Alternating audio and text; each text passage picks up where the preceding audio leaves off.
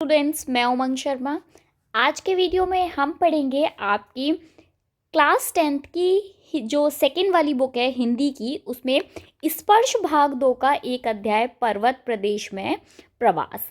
अच्छा, मैं आपको एक चीज़ और बता देती हूँ कि ये वाला जो चैप्टर है, इससे पहले वाले जितने भी चैप्टर्स हैं जो कि आपके टर्म 2 में आएंगे, वो मैं पहले ही सारे अपलोड कर चुकी हूँ।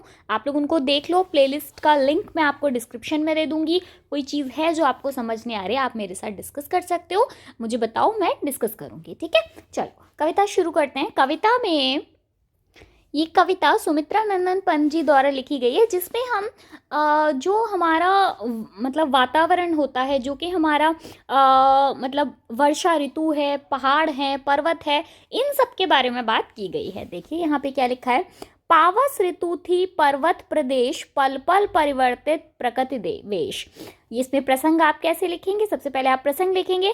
प्रस्तुत पद्यांश हमारी हिंदी की पाठ्य पुस्तक स्पर्श भाग 2 से लिया गया है। इसके कवि या इसके रचयिता सुमित्रा नंदन पंत जी हैं। इसमें वर्षा ऋतु का सुंदर वर्णन किया गया है। क्या कहते हैं, व्याख्या देखते हैं। कवि कहते हैं कि पर्वतीय जगह में वर्षा ऋतु का प्रवेश हो गया है, जिसकी वजह से प्रकृति के रूप में बार बार बदलाव आ रहा है। अर्थात कभी बारिश हो रही है तो कभी धूप निकल रही है। आप जानते हैं, आपने देखा होगा कि अगर आप कभी पहाड़ी इलाकों पर गए हैं तो वहाँ पर जब बारिश होती है तो बहुत जल्दी से आपको किसी पहाड़ पे लगता है कि धूप निकल आई है, कभी जल्दी से आपको ऐसा लगने लगता है एक क्षण में कि बारिश हो रही है। तो कभी वही वर्णन कर रहे हैं कि जो पर्वतीय इलाका होता है, जो पहाड़ी इलाका होता है, वहाँ पे बारिश का मौसम स्टार्ट हो गया है, शुरू हो गया है, और इतनी जल्दी जल्दी बदलाव आ रहा है। कभी लगता है कि बारिश हो रही है और कभी लगता है कि धूप निकल रही है। आगे, अपने सहर्ष द्रग सुमन फाड़ अवलोक रहा है बार बार, नीचे जल ने नज महाकार, जिसके चरणों में पलाताल दर्पण सा फैला है विशाल। बच्चों, वही प्रसंग लिखने का वही तरीका है जैसे ऊपर लिखा हुआ है। आप जानते हैं कि हम हमेशा प्रसंग का तरीका जो लिखने का है वो हम कभी नहीं बदलते, है ना, हमेशा एक जैसा ही रहता है। बस आपका जो कवि है उनका नाम बदल जाता है, और जो पाठ्य पुस्तक है उसका नाम बदल जाता है, और जो भी कविता का नाम है वो बदल जाता है, बाकी हमेशा एक जैसा रहता है। व्याख्या। इस पद्यांश में कवि ने पहाड़ों के आकार की तुलना करघनी अर्थात कमर में बांधने वाले आभूषण से की है।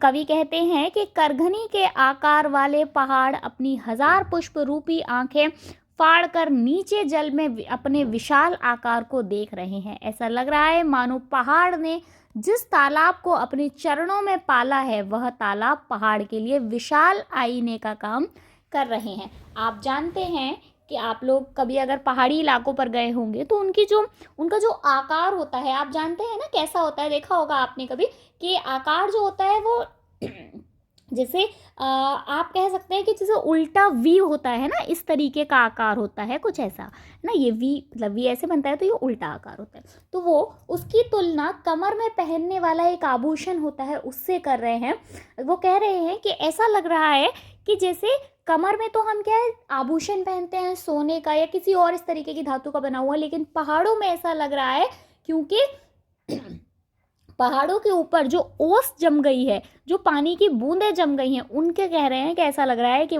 उसने बहुत सारे हजारों पुष्पों की मालाओं को अपने कमर में ऐसे बांध के रखा हो। साथ में वो कह रहे हैं कि तालाब मतलब जैसे पहाड़ ऊपर है और नीचे पानी भरा हुआ है। वो कह रहे हैं कि तालाब ने अपने चरणों को पाला है, वह तालाब पहाड़ के लिए विशाल आईने का काम कर रहे हैं। आईना क्या होता है? शीशा।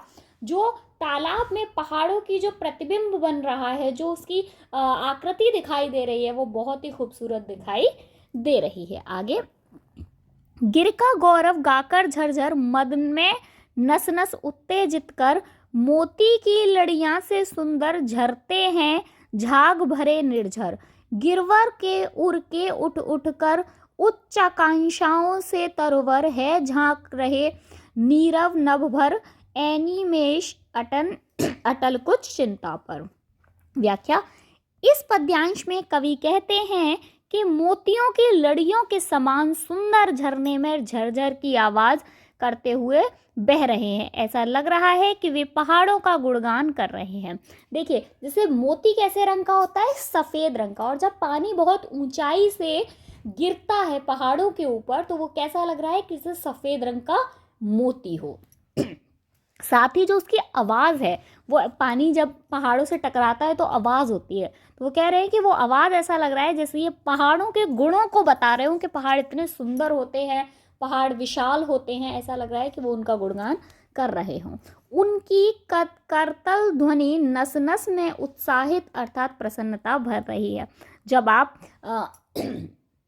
खड़े हुए हैं और उस आवाज़ को सुन रहे हैं तो ऐसा लग रहा है कि वो आवाज़ जो है वो आपकी नस नस में प्रसन्नता और उत्साह को भर रही है। आपके कहते हैं ना कि रोंगटे खड़े हो जाते हैं, वैसा यहाँ पे वर्णन किया गया है। पहाड़ों के हृदय में उठ उठ कर अनेकों पेड़ उच्चता उठने की मंशा लिए एक टक दृष्टि से स्थिर होकर शांत आकाश को इस तरह देख रहे हैं मानो वो किसी चिंता में डूब गए हों, अर्थात वे हमें लगातार ऊंचा उठने की प्रेरणा दे रहे हैं। बहुत ही खूबसूरत पंक्ति है यहाँ से यहाँ तक की। इनमें क्या हो रहा है देखिए, पहाड़ों पर छोटे छोटे पेड़ उगते हैं ना, छोटे छोटे वृक्ष उगते हैं, लेकिन जब उन पर पानी पड़ रहा है तो वो क्या है, बहुत ज़्यादा बड़े नहीं हो पा रहे हैं और वो बार बार टूट रहे हैं, लेकिन वो फिर से उग रहे हैं, फिर टूट रहे हैं, फिर उग रहे हैं। तो वो वही कह रहे हैं कि ये पहाड़, ये जो पेड़ हैं, छोटे छोटे वृक्ष हैं, ये हमें लगातार उठने के लिए प्रेरणा देते रहते हैं। ऐसा नहीं होता कि एक बार अगर पेड़ टूट गया तो फिर वो दोबारा नहीं उठेगा। उसे पता है कि मैं बड़ा तो हो पाऊंगा नहीं क्योंकि जल की इतनी तेज धारा गिर रही है, तो मैं बड़ा नहीं हो पाऊंगा, लेकिन फिर भी वो प्रयास कर रहे हैं ऊंचा उठने के लिए। आगे, उठ गया अचानक लो धूधर फड़का अपार पारद के पर रव शेष रह गए हैं निर्झर है टूट पड़ा भू पर अंबर। धस गए धराके संभल शाल उठ रहा धुआं जल गया ताल यों जलद जान में वचिर वचिर था इंद्र खेलता इंद्रजाल।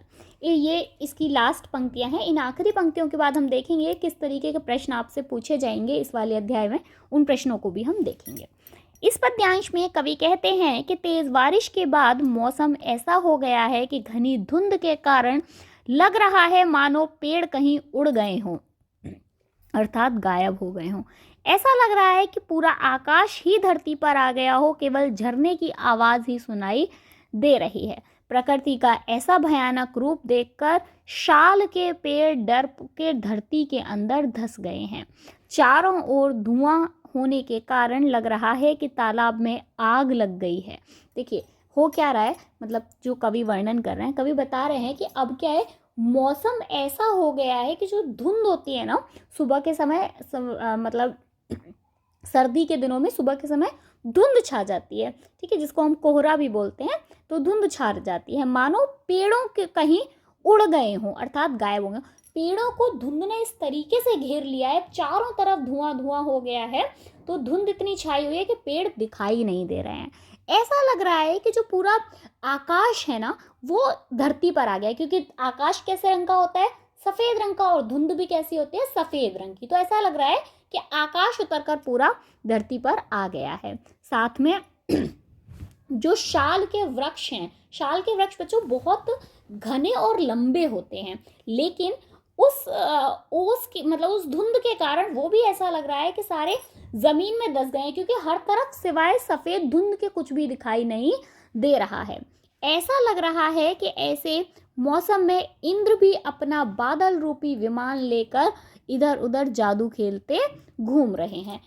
ऐसा लग रहा है कि इंद्र भगवान जो है, इंद्र भगवान का वर्णन किया है, वो भी मतलब जादू कर रहे हैं। जैसे जादूगर पल भर में कुछ कर देता है ना, कि पल भर में उसने एक लड़की को एक बॉक्स बना दिया या बॉक्स को एक चेयर बना दी, तो बस उसी का तरीके से वर्णन कर रहे हैं कि ऐसा लग रहा है कि भगवान इंद्र भी इधर उधर जादू बिखेर रहे हों। ये तो हो गई इस अध्याय की व्याख्या। अब हम देखते हैं प्रश्न किस तरीके के पूछे जाएंगे। सहर्ष रंग सुमन से क्या तात्पर्य है, कवि ने इस पद का प्रयोग किसके लिए किया है। अगर आपने ऊपर ध्यान से पढ़ा होगा तो हम यहाँ देख लेते हैं एक बार। सहर्ष द्रग सुमन से कवि का तात्पर्य है पहाड़ों पर खिले हजारों फूल से है। कवि का ये फूल पहाड़ी आंखों के समान लग रहे हैं, अर्थात कवि ने इस पद का प्रयोग किया है। कवि ने तालाब की समानता किसके साथ दिखाई है और क्यों? कवि ने तालाब की समानता आईने के समान दिखाई है, क्योंकि तालाब पर्वत के लिए आईने का काम कर रहा है। आप पढ़ा था ना ऊपर के तालाब ऐसा लग रहा है एक आईना है, और पहाड़ों की जो प्रतिबिंब है वो उसमें दिखाई दे रहा है। पर्वत के हृदय से उठकर ऊंचे ऊंचे पेड़ आकाश की ओर क्यों देख रहे हैं और वे किस बात का प्रतिबिंब दे करते हैं?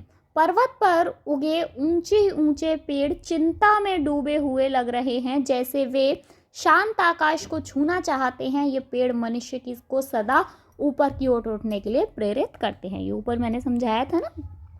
शाल के पेड़ भयभीत होकर धरती को में क्यों धंस गए हैं?